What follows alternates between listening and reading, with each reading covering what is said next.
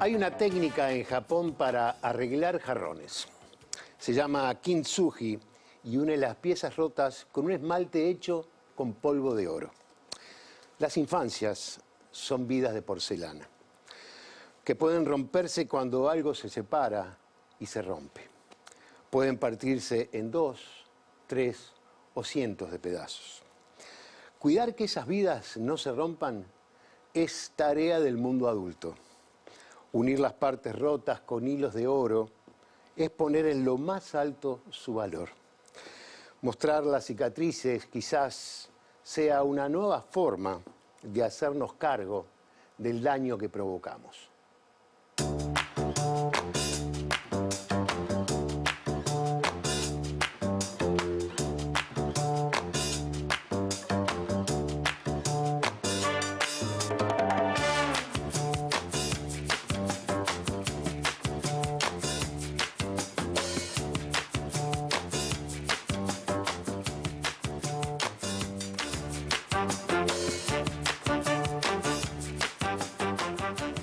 Hoy, en Ideas Cruzadas, le damos la bienvenida a Mariela Solari, directora de la Unidad de Víctimas y Testigos de la Fiscalía General de la Nación.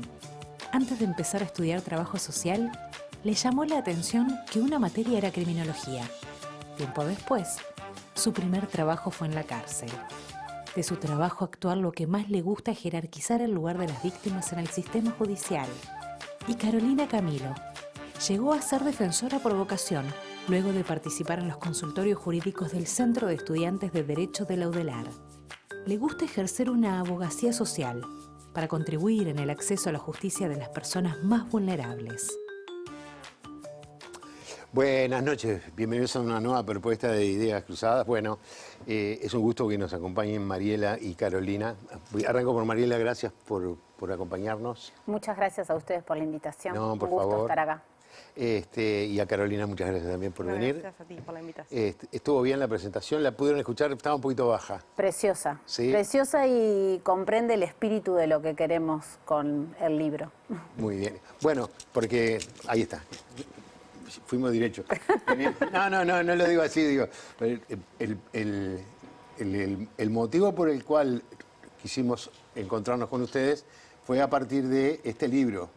Se llama En mi familia hay una separación y es un libro para niños. Exacto. ¿No? Que tiene una forma muy linda de presentación, tiene cartas, tiene algunas, como algunos separadores, y es un libro que de alguna manera le va presentando a la familia todas las situaciones, o por lo menos la mayor parte de las situaciones que se pueden dar, ¿no? Separación de padre y madre, separación de madre, separación de padres, tenencia compartida, no sé si se llama tenencia compartida o tiene otro nombre, pero bueno, aborda un tema que es un tema, supongo yo, ustedes están en eso y me lo van a contar, un tema muy importante numéricamente. ¿Está bien así? Sí, en realidad en Uruguay, como Uruguay no es ajeno a las tendencias en el mundo, donde en realidad las familias, las estructuras familiares han cambiado mucho. Si uno piensa en la palabra familia, en general tiende a tender como a tener esta foto de mamá, papá y los hijos, aunque los números nos muestran claramente que las familias han cambiado en su forma. No en su contenido y en su esencia, porque las personas seguimos eligiendo vivir en familia, porque necesitamos del otro, del cuidado, de la protección, y sobre todo los niños, niñas y adolescentes que para su desarrollo necesitan vivir en familia, y la evidencia también nos muestra que es el mejor lugar. El punto es tener claridad, y es parte de lo que queremos transmitir, de que la familia son las familias, tienen muchas formas, y que lo más importante es el vínculo significativo de cuidado, de protección para los niños y las niñas y los adolescentes. Y bueno, lo que queríamos traer con esto, Fundación de Cultura Universitaria nos convocó a las dos, porque las dos trabajamos en el sistema de justicia, que Fundación quería escribir el primer libro con contenido jurídico dirigido a las infancias. A nosotras nos encantó trabajar juntas y también la propuesta, y nos parecía que era imperiosamente necesario que los niños comprendieran cuando sus papás o sus mamás, cuando sus adultos de referencia deciden que ya no quieren estar más como pareja, pero sí como equipo de crianza. y cuando no se ponen de acuerdo y eso se va a un juzgado, ¿no? Entonces, para nosotras era importante poder explicarle a los niños qué es esto de ir a un juzgado, quiénes están, qué va a pasar. Bueno, y por muchas razones es muy importante que tanto los niños como los adultos de referencia tengan claridad sobre ese proceso. Claro. ¿Se conocieron para hacer el libro o ya se conocían? Bueno, con Mariela habíamos estado en algunas actividades en conjunto, por esto de que ambas trabajamos con temas de infancia. Entonces, bueno, habíamos compartido algunas instancias, algunas charlas, algunos seminarios, pero no nos había tocado trabajar un proyecto específico como este en conjunto.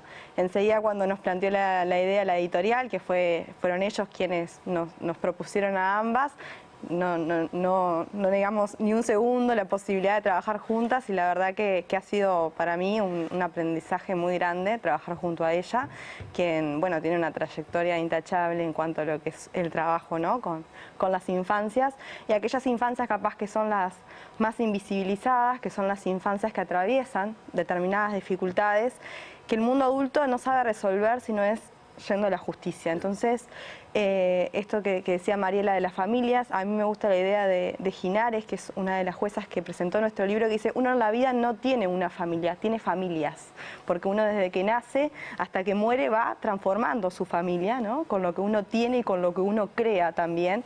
Y bueno, a partir de eso creo que es muy importante llevar adelante esta idea y saber que no hay familias perfectas, sino que hay familias, y que muchas de estas atraviesan por diferentes problemas, que bueno, la justicia hay que verla también como un mecanismo para ayudar a buscar algunas soluciones en momentos donde parecen las personas no poder encontrarlos, ¿no? Entonces, bueno, esa fue un poco la perspectiva que le quisimos dar al libro. El libro ganó el premio Bartolomé Hidalgo a la literatura infantil y juvenil en la categoría de Premio Revelación. Y obviamente que tiene una parte muy importante, que es la parte del dibujo, ¿no? De la ilustración. De la ilustración. Es brillante. Que está muy bien. Sí. ¿Y cómo fue el trabajo con el ilustrador? Bueno, yo el otro día decía, el libro salió en 3 meses, ¿no? Y cuando uno saca la cuenta, y también decíamos que cuando recibimos el premio que nos sentíamos un poco atrevidas, porque ninguna de las dos somos escritoras y escritoras para un público infantil. Pero creo que nos fluyó rápidamente, porque lo que queríamos transmitir tiene que ver con lo que muchas veces nos toca vivir junto a las familias, de lo que padecen cuando, además del problema que traen de su familia, no entienden lo que está pasando dentro del sistema judicial. No entienden quién es la persona que le está hablando, por qué tiene que hablar con otro, de cómo va a tomar la decisión la jueza. Entonces, todo eso nos parecía que era importante poderlo transmitir. Entonces, un primer nivel fue bajar del lenguaje, y digo bajar porque es un lenguaje que parece que encriptado, que no se entiende, con palabras difíciles. Creo que ahí Caro tuvo un trabajo formidable de todos esos términos que son jurídicos y que en la Facultad de Derecho le enseñan que tiene que tener esa formalidad, descontracturarlo. Pero aparte, el siguiente paso fue explicarle a la ilustradora. Y ahí también creo que el trabajo fue fantástico, porque Inés fue a visitar un juzgado, estuvo en una audiencia, vino a la fiscalía, recorrió los lugares, porque creo que lo que queríamos transmitir es el alivio que genera saber a dónde vas y qué es lo que va a pasar. No la decisión que va a tomar la jueza, pero qué elementos va a tener la jueza, cuál es el rol. Nosotros, incluso hay una ilustración que la jueza está sentada en una plaza tomando mate. Y lo que queríamos transmitir es que los operadores del sistema de justicia son personas que tienen una vida, que tienen también complicaciones en sus familias y con sus hijos, y que por lo tanto no hay que sumar un estrés mayor cuando alguien tiene que tramitar parte de su vida familiar, de sus afectos, de la gente que quiere, en una institucionalidad donde no conoce a nadie.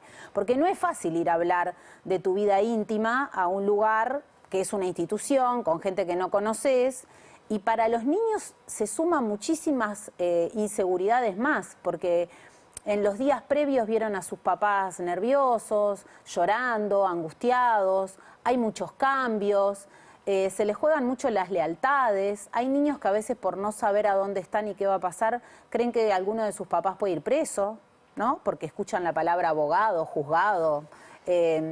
Entonces, la información lo que permite es aliviar una situación de mayor estrés, pero además también permite acceder a los derechos, que eso para nosotros era como fundamental. Entonces, volviendo a la pregunta de la ilustración, en realidad para Inés fue un desafío enorme poder llevar toda esa complejidad a una ilustración que para nosotros uno de los valores que tiene es la ternura que transmite, ¿no?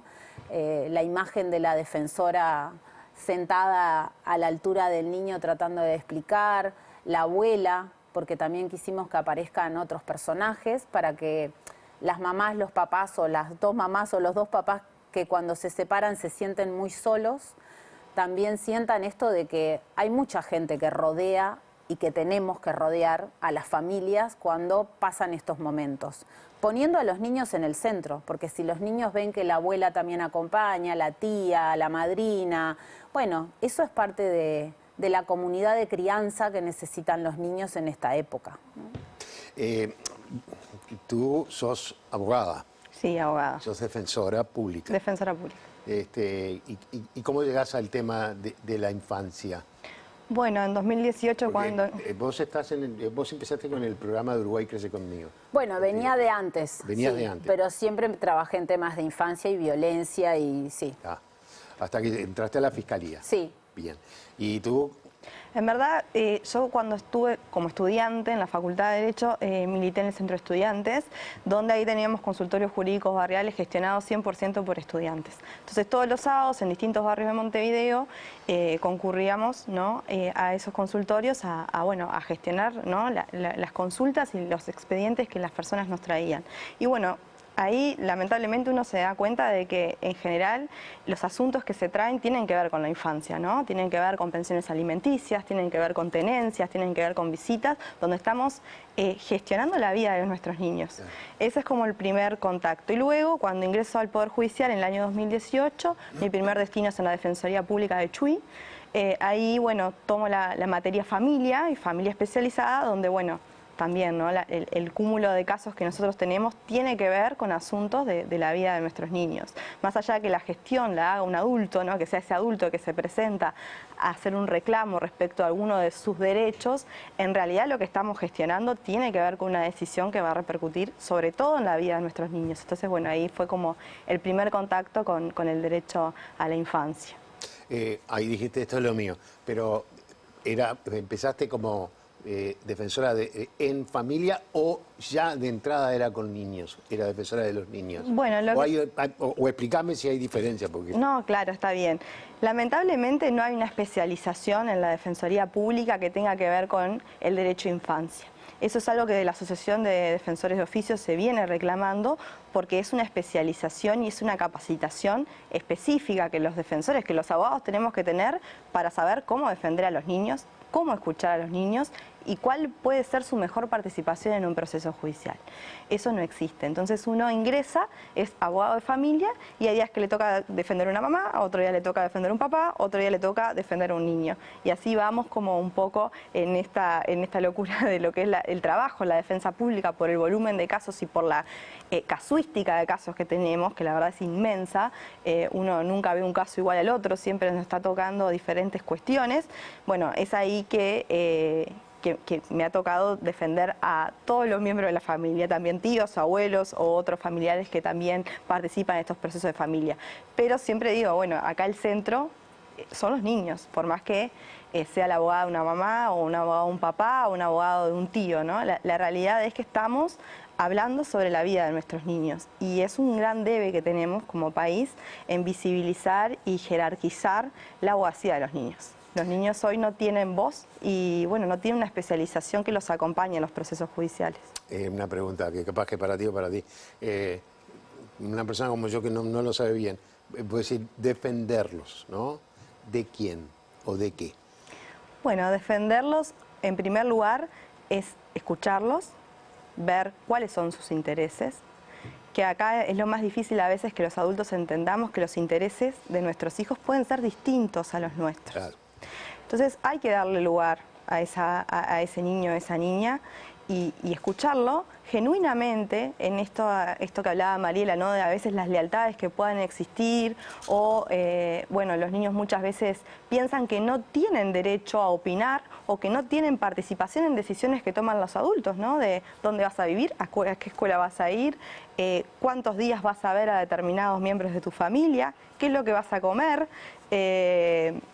cómo te vas a vestir. Bueno, claramente que los niños, la autonomía progresiva, que es uno de los principios esenciales en el derecho a la infancia, es que a medida que uno va creciendo va a poder generar la posibilidad de tomar decisiones entendiendo cuáles son las consecuencias de las decisiones que vamos tomando. Obviamente que no es lo mismo un niño de 2 años que un adolescente de 16, pero sí estoy convencida de que a todos hay que darle un lugar y a todos hay que escucharlos, y hay veces que hay que defenderlos de los intereses de los adultos, que no es por mala fe ni por crueldad que los adultos no lo escuchan, sino que no le dan el lugar, o estamos criados mucho en que, bueno, en esta idea adultocéntrica, que los adultos toman las decisiones y los niños tienen que, tenerse a estas decisiones y sin participación. Y creo que el libro busca esto. Bueno, alguna vez me ha pasado en audiencia de preguntarle a un adulto, ¿y tu hijo qué opina sobre esto? Y no saber qué es lo que opina tu hijo sobre esto que uno sostiene o defiende. Y ahí es cuando muchas veces llegamos a acuerdos, porque ahí el adulto entiende de que faltó una parte muy importante para entender qué era lo mejor para su hijo, no escucharlo. Y bueno, es un poco la idea, y que ojalá los procesos judiciales puedan contribuir a eso, ¿no? Tú estás en la unidad de víctimas de la Fiscalía, ¿está bien dicho?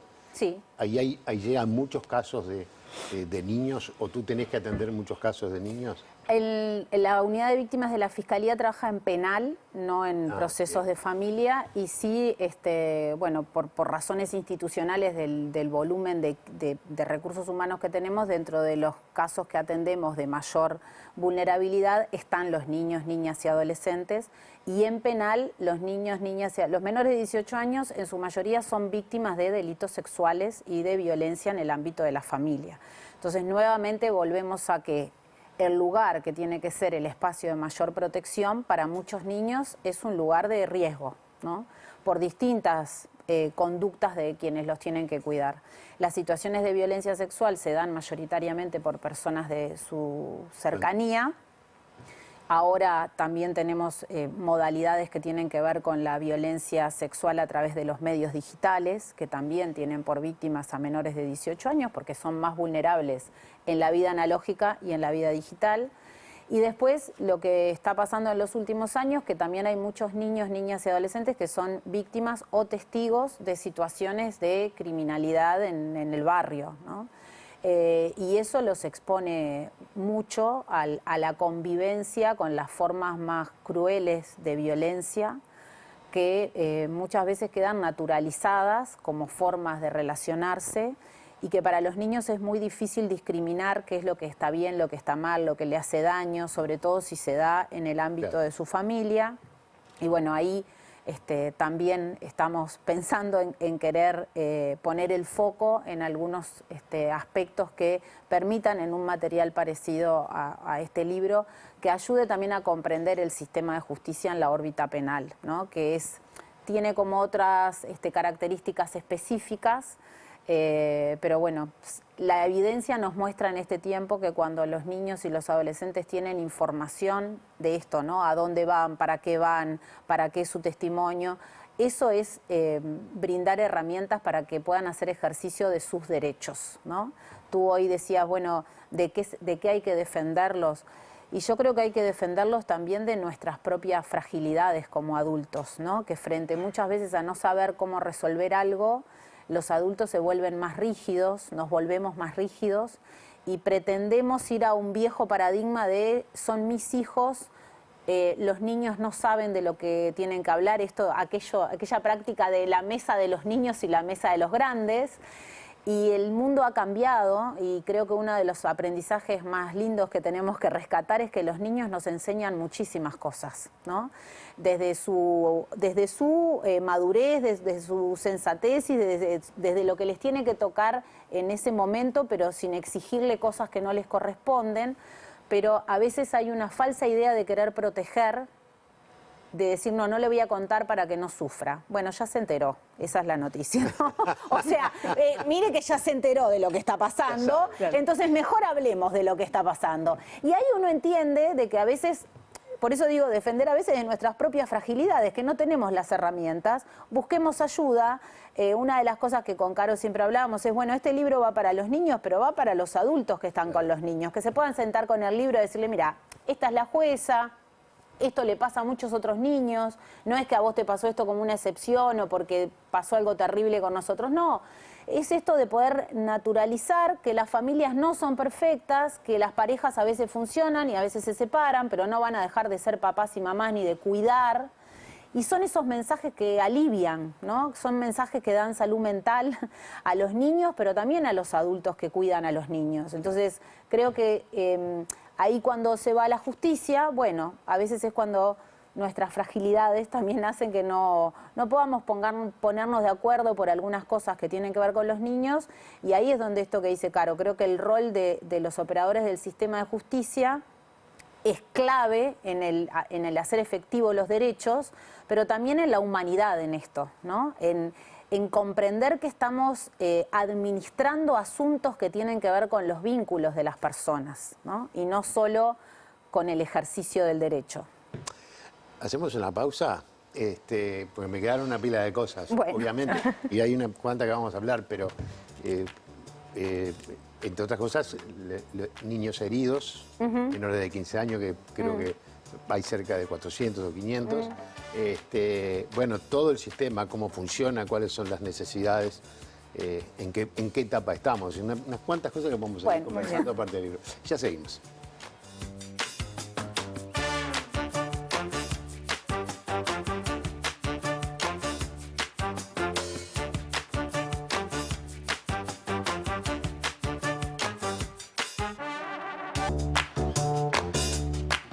Presenta Mercado Agrícola de Montevideo, en el corazón de un barrio donde late la ciudad. Mercado de Historias. Mercado de Historia.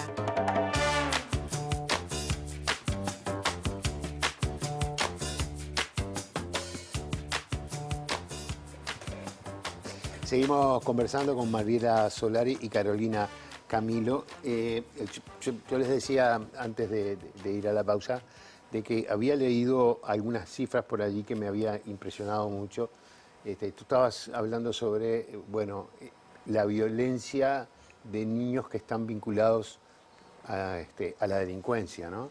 Y en algún momento también hablaste algo como de que el tema de los allanamientos nocturnos era un tema que ponía en riesgo a los niños. O sea, es como que siempre el niño está, o los niños, las niñas, los jóvenes, no sé bien cómo definirla, pero siempre es casi como que son los que terminan pagando los platos rotos, ¿no? Ya sea de la familia, ya sea por la criminalidad. Entonces me imagino que eso implica un gran esfuerzo de parte de, por ejemplo, una Defensoría Pública. ¿Por qué hay una Defensoría Pública y qué trabajo hace es decir, qué parte del trabajo de esa parte del sistema de justicia hace la Defensoría Pública? Bueno, la defensa pública tiene un trabajo primordial en los asuntos que tienen que ver con violencia en general. Y en aquellos que tienen específicamente en la violencia, por ejemplo, intrafamiliar, la defensa pública participa en un 90% de los procesos judiciales. Estamos hablando de casi un monopolio en la atención en este caso. Esto quiere decir que los defensores públicos somos defensores de los niños, niñas y adolescentes en situaciones de violencia sexual, en situaciones de abandono por parte de su familia de origen, en situaciones de explotación sexual, en cuestiones que tienen que ver con maltrato en términos generales y vulneración de derechos. En ese sentido hemos visto lamentablemente que año a año, y esto también lo reportan otras instituciones como el CIPIAP, no solo el sistema de justicia, sino otras instituciones, inclusive el propio Estado y organizaciones sociales que trabajan en territorio, que ha habido lamentablemente un aumento, ¿no? en el impacto que la violencia tiene en nuestras infancias. Y ahí la defensa pública en general es, bueno, la única persona, ¿no? El defensor es la única persona que muchas veces tiene ese niño para poder contar lo que le está sucediendo, contar lo que está viviendo y poder pensar en conjunto una solución. Tenemos de todo, ¿no? Casos capaz que con soluciones más simples y casos muy complejos donde, por ejemplo, la institucionalización en los centros de INAU es la solución que sabemos que la ley nos trae, pero que en los hechos sabemos que no le estamos solucionando la vida a ningún niño. Entonces, es un abanico. Resolviendo un problema por un momento. Sí, y también lo estamos exponiendo a otro tipo de vulneraciones. Entonces, necesitamos una especialización, esto que venía diciendo, necesitamos recursos, porque no puede solamente un abogado o una abogada tratar estos temas. Con Mariela estamos convencidas, y este libro también lo demuestra, que la interdisciplina es imprescindible. Yo necesito, como defensora de un niño, conocer a su pediatra, conocer a su maestra, conocer a los asistentes sociales que trabajan en territorio, trabajar con otros profesionales y con otras instituciones para poder trabajar en una defensa acorde a la situación, ¿no? Y no depositar solamente en el niño en qué es lo que está pasando y qué crees que es lo mejor para vos, porque seguramente ese niño no tiene las herramientas, o no le hemos dado al mundo adulto las herramientas para poder elegir y para poder entender lo que le está pasando, que muchas veces es como dice Mariela, vienen de situaciones tan naturalizadas, ¿no? Desde que nacieron en contextos de violencia extrema, de los cuales ni siquiera se sienten víctimas de esta situación. Entonces, es un trabajo muy difícil, el cual no hemos sabido todavía las instituciones cómo abordarlo adecuadamente, y creo que bueno, tenemos un gran desafío para poder mejorar el abordaje integral hacia nuestras infancias que viven situaciones que la vemos a diario, ¿no? En las noticias. Yo te quería plantear el tema de esta manera. Hace poco nos encontramos con la información de que haciendo una mirada, tomando una mirada diferente sobre el tema que es la pobreza, llegamos a tener que de cada 3 niños hay uno que es pobre. ¿Qué relación tiene esto con la criminalidad o exponer a los niños a situaciones en las que son sometidos a violencia? No sé si está bien la pregunta. Está muy bien la pregunta.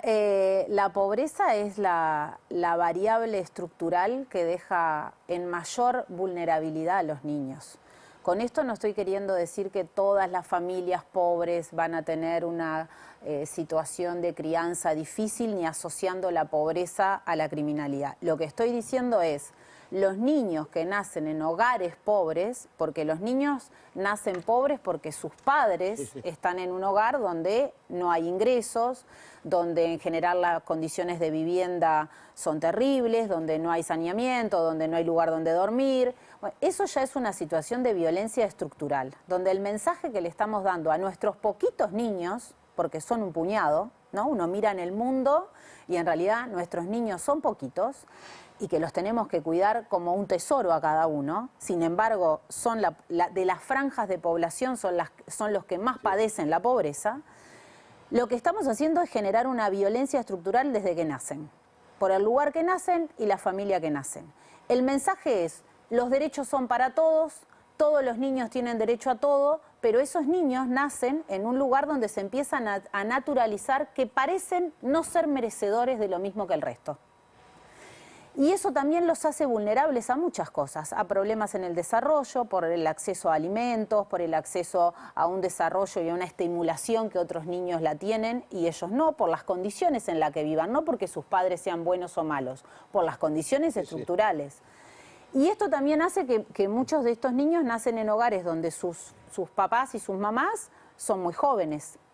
Algunos no terminaron la educación, tienen trabajos precarios. El tener trabajos precarios obliga a todas las familias a que quieren tener un ingreso y quieren también acceder a muchas de las cosas que todos queremos acceder. Y eso te deja vulnerable a que hay negocios ilícitos que pueden dar un ingreso de otra manera. Lo estoy simplificando mucho, pero es lo que vemos todos los días.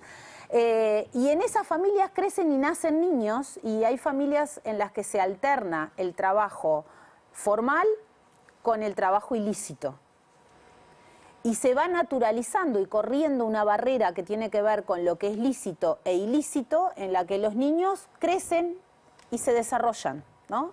y en barrios donde muchas veces empieza también a dar la naturalización de la violencia, ¿no? Donde se cierra el CAIF, donde no podemos circular después de determinada hora, niños que han convivido con situaciones de que a sus padres, bueno, del consumo, ¿no? Que existe en la familia, o como siempre hago el relato porque lo escuché de una niña, esto de que en la casa transita gente de noche. Entonces, por un lado decimos los niños tienen que tener un sueño seguro para su desarrollo, y tenemos niños, que en general son los niños que viven en contexto de pobreza, que viven en esta situación. Entonces, la respuesta a la pregunta es la base estructural en la que más tenemos que trabajar, que tiene un resultado a mediano y largo plazo, no tiene un resultado rápido, porque no se trata solo de aumentar el ingreso para que salgan de la línea de pobreza. Tiene que ver con trabajar aspectos socioculturales que hacen a esto que vengo explicando, que es a la naturalización de una forma de vida y de relacionamiento con el mundo del empleo, de la educación y de la propia integración social, que implica trabajar sobre aspectos emocionales también. Porque si durante toda la vida mi familia y a mí como niño me miraron con desprecio, por donde vivo, por cómo me visto, por cómo huelo, volver a creer o creer que soy merecedor, y que merecedor en el sentido de que voy a tener oportunidades y que esos derechos también son para mí, implica un proceso que lleva la confirmación de que esos derechos también son para ti. La educación, el trabajo, el acceso a la justicia, las distintas oportunidades que otros tienen, ¿no? Entonces, la pobreza es, si hoy pensamos en nuestra infancia, tendríamos que tener un plan de contingencia veloz para los niños que están en condición de pobreza y de pobreza extrema. Y un plan a mediano y largo plazo, bueno, como muchas de las políticas los vienen planteando, para trabajar. Desde que fui directora de Uruguay Crece Contigo en el 2015, la pobreza extrema que viven las mamás embarazadas y los niños menores de 4 años es un desvelo, porque de verdad recortamos muchas oportunidades de un futuro que después nos quejamos, porque esos niños son los mismos adolescentes que después les tenemos miedo, o que los miramos de una manera que no es la misma mirada que le damos a otros adolescentes, ¿no? Entonces acá, en una trayectoria de violencia, no hay magia. El resultado que tenemos es un resultado que tiene que estar basado en las oportunidades y derechos que sean efectivos para todos. Y los que nacieron 5 escalones más abajo, hay que dar oportunidades para que tengan la posibilidad de acceder. Si no, siempre van a quedar rezagados. Con lo que decías con respecto a los poquitos que somos, ¿no? Sí. Decía Nacho Pardo, que estuvo Sí. hace un tiempo atrás, decía, es un problema que tenemos, pero también es una oportunidad, ¿no? Porque son muy pocos a los que les tenemos que resolver el tema. Y creo que ahí, eso me parece que es un tema interesante, ¿no? O sea, ¿quién les tiene que resolver el problema? Y no, la idea, quizás una cosa que está faltando en nuestra sociedad, es entender que es un problema que lo tenemos que resolver, no que lo tiene que resolver el Estado. Sí, no es solo del como Estado. Conceptualmente, ¿no? Muchos de esos niños son, si me decís que el 90% de las causas que se dan, no sé si está bien dicho causas, las atienden los defensores públicos, probablemente un altísimo porcentaje sea de sectores de bajos ingresos, que no pueden pagar un abogado. Sí, en general la Defensoría, en lo que son las materias no penales, porque en materia penal nosotros atendemos sin importar la situación económica o patrimonial de la persona, porque ahí el Estado tiene el deber de designarle un defensor cuando una persona está siendo imputada por un delito. Sin embargo, en familia no, hay criterios económicos y estamos hablando que atendemos desde un salario mínimo como máximo, o sea, imagínese la cantidad de situaciones. Pero eso también tiene que ver, no solo porque la violencia sucede en los hogares pobres, Pero, como decía. Claro, o sea, ustedes atienden a personas que no superan el salario mínimo. Sí.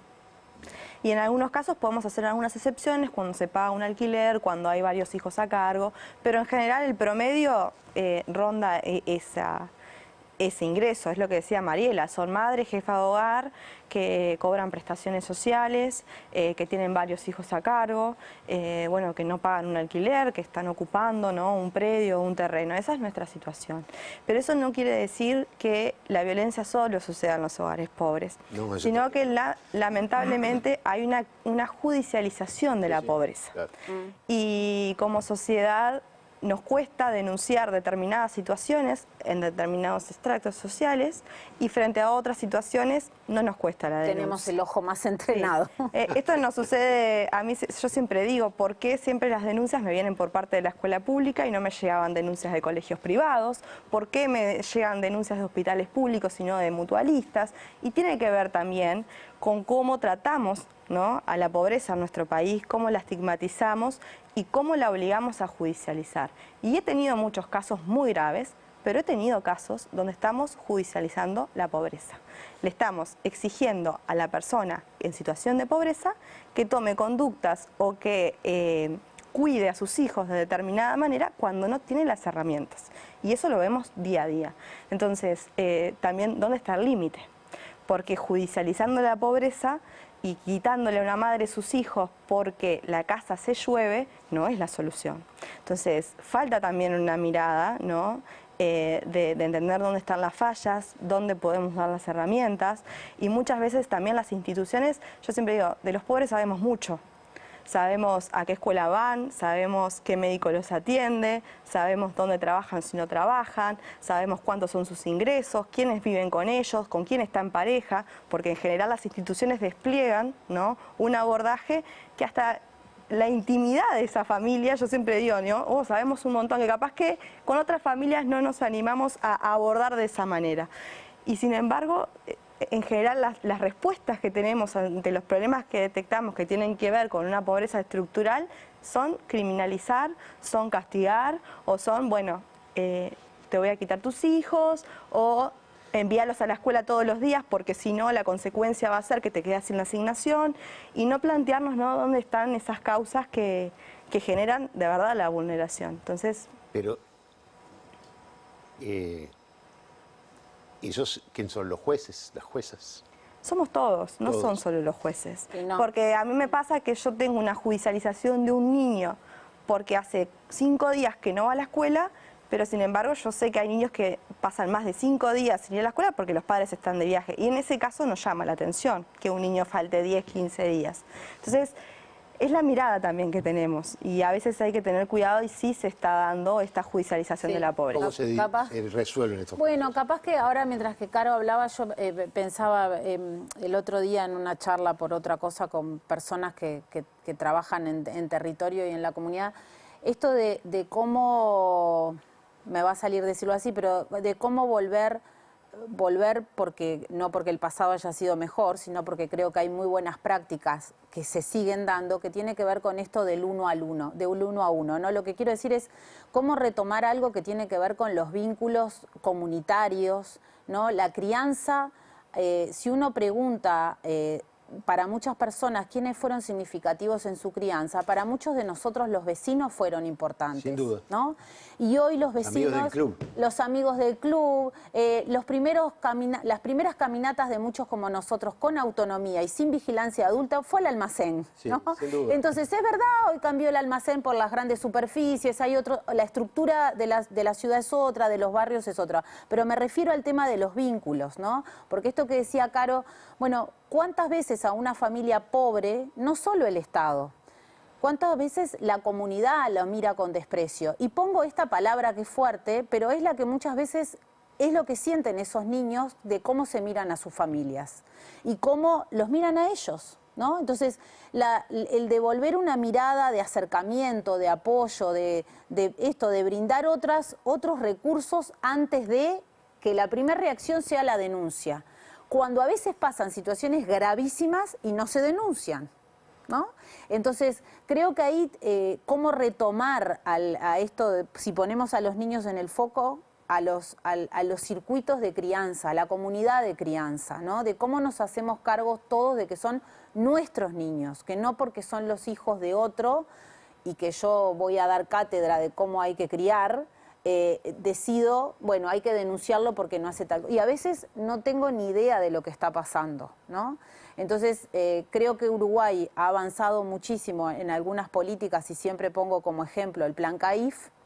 Creo que muchos niños y muchas familias tienen una excelente referencia en el Plan CAIF como apoyo en la crianza, donde hay en Uruguay tener un centro CAIF cerca de tu casa, donde tenés todos los especialistas que hay para el tema del desarrollo, de la formación que tienen los educadores, es algo que también hay que potenciarlo. Y aparte están en el barrio, en la comunidad, y tienen el potencial de tener una pata en lo comunitario que también fortalezca esto de la comunidad de crianza, ¿no? De que los niños sientan que el barrio no es un lugar de peligro, sino que es un barrio que les genere estimulación y cuidado, ¿no? Y uno dice, bueno, hay barrios que eso está muy difícil, ¿no?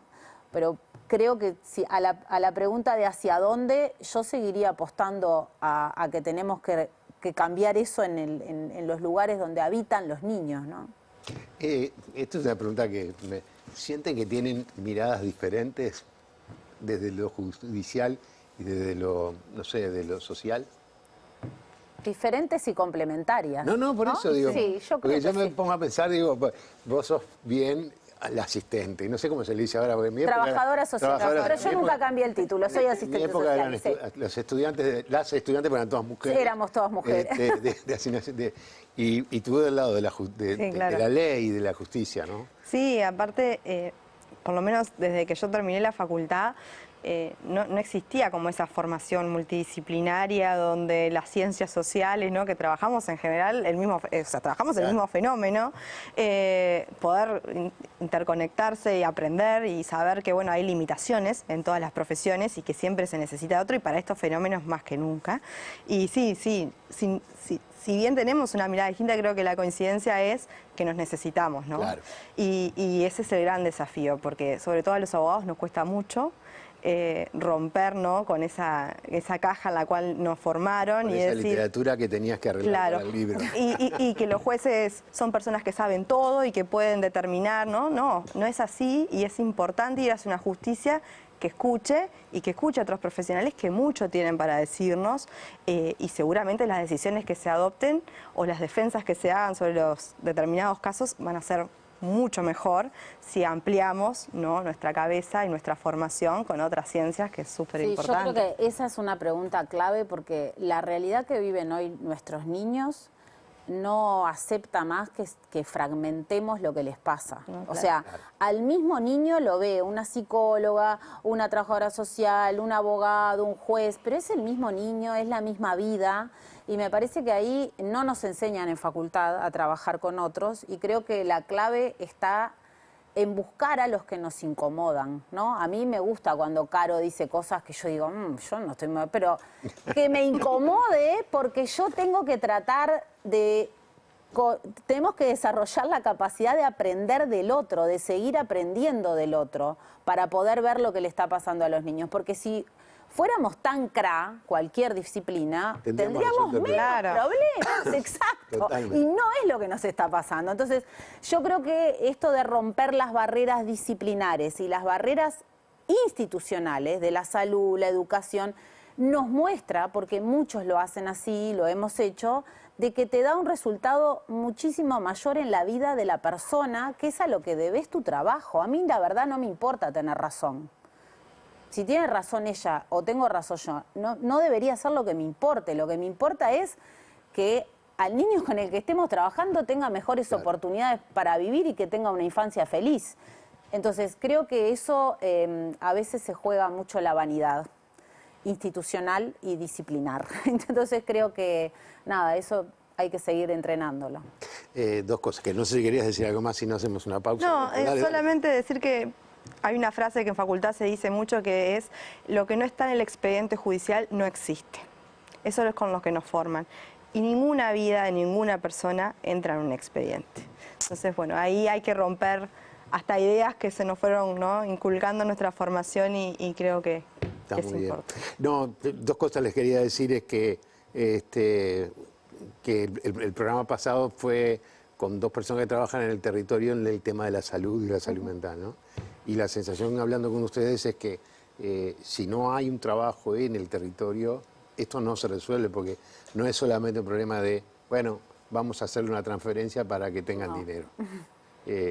Eso hay que hacerlo también. Sí. O eso lo digo yo, no lo dicen ustedes. Eso hay que hacerlo también. Sí. Pero no es... Son las bases materiales y emocionales. Exactamente. Por lo menos, ¿no? Por lo menos. Y la otra cosa es que en general siempre tenemos en nuestra cabeza que los problemas de los niños en realidad son porque, bueno, sí, los padres se separaron y están disputándose cuánta plata le pasan. Y esos son de repente un pedacito de la línea, los que están por encima de la línea de flotación. Los demás tienen problemas mucho más graves. Exacto, Me da la sensación. exacto. ¿Hacemos una pausa? Muy bien. Ya seguimos.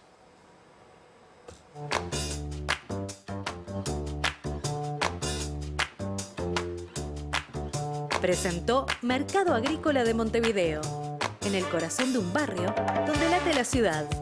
Mercado de Historias. Mercado de Historias.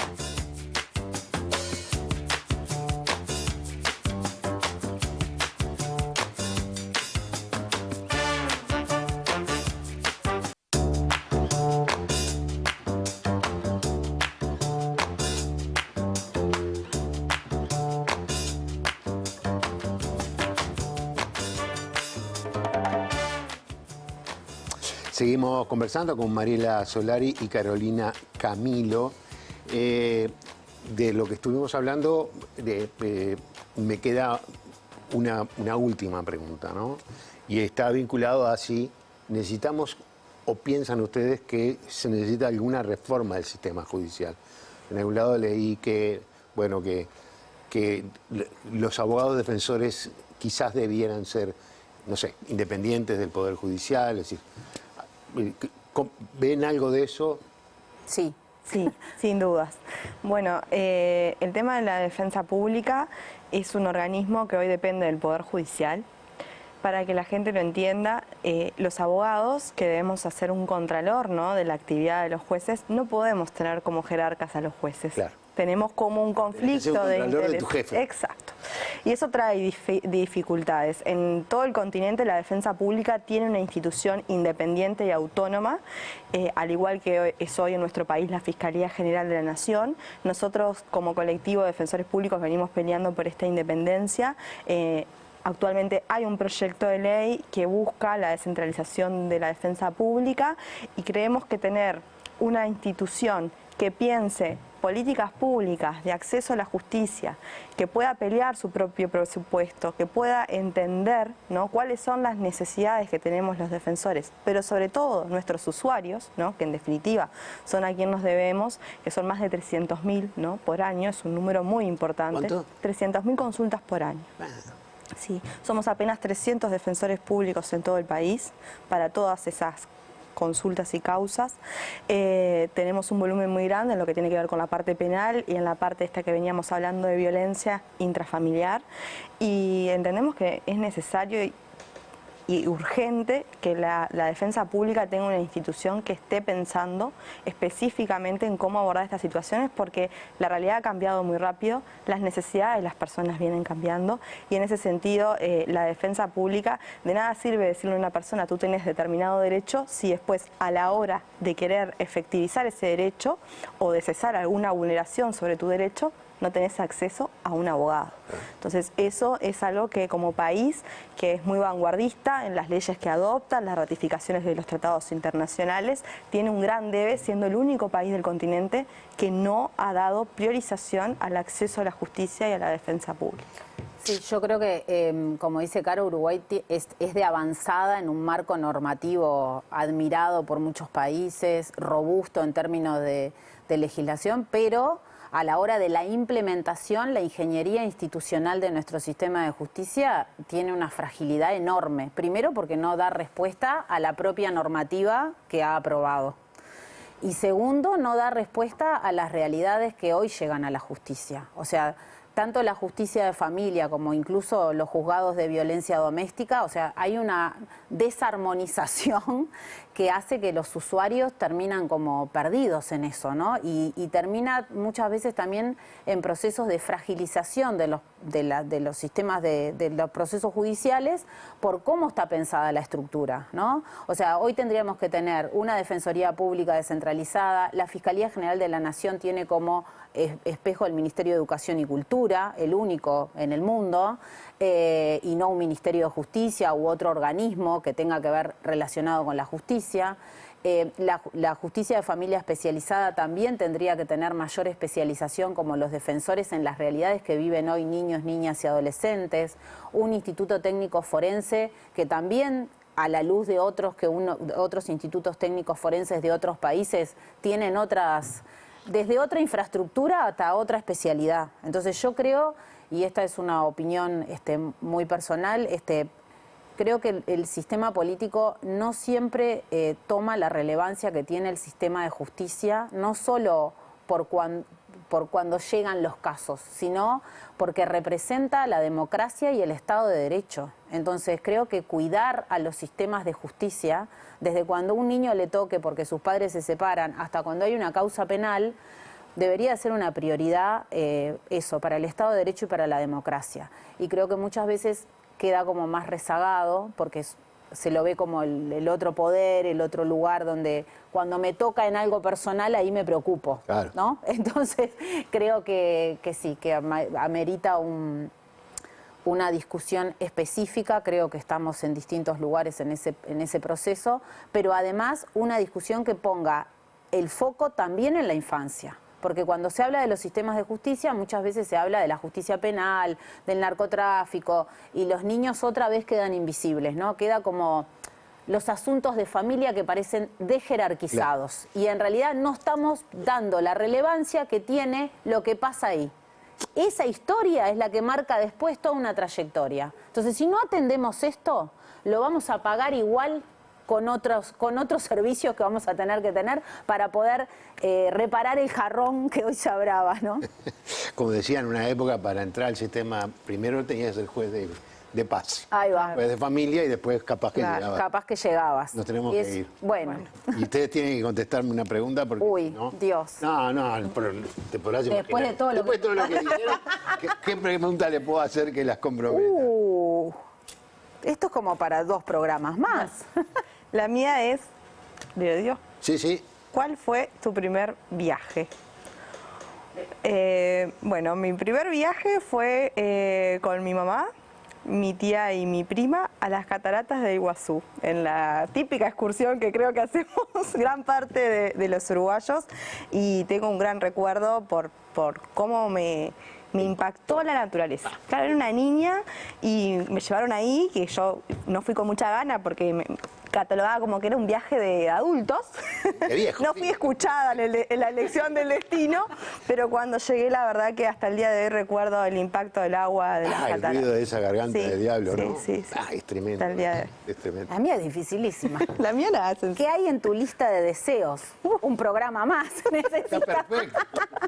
Trataremos de cumplírtelo. Bueno, en mi lista de deseos profesionales voy a seguir siempre trabajando por el deseo de que haya políticas públicas más fuertes para la infancia, porque siento que seguimos con la fragilidad que venimos arrastrando. Y en la lista de deseos personales, seguir construyendo el camino de a donde quiero ir, siempre. Nunca dejar de pensar que estoy donde quiero estar. Está muy bien. Muchísimas gracias. Camila y Mariela, recordar, en mi familia hay una separación. Este fue el motivo por el cual ustedes vinieron y terminamos hablando de otro tipo de muchas cosas. Mucho más interesantes también. Muchas gracias. No digo por eso, sino porque terminamos hablando de cosas bastante más grandes. Así que gracias por habernos acompañado. A ustedes los espero en una semana para seguir conversando, porque para nosotros conversar es pensar juntos en voz alta. Hasta la próxima.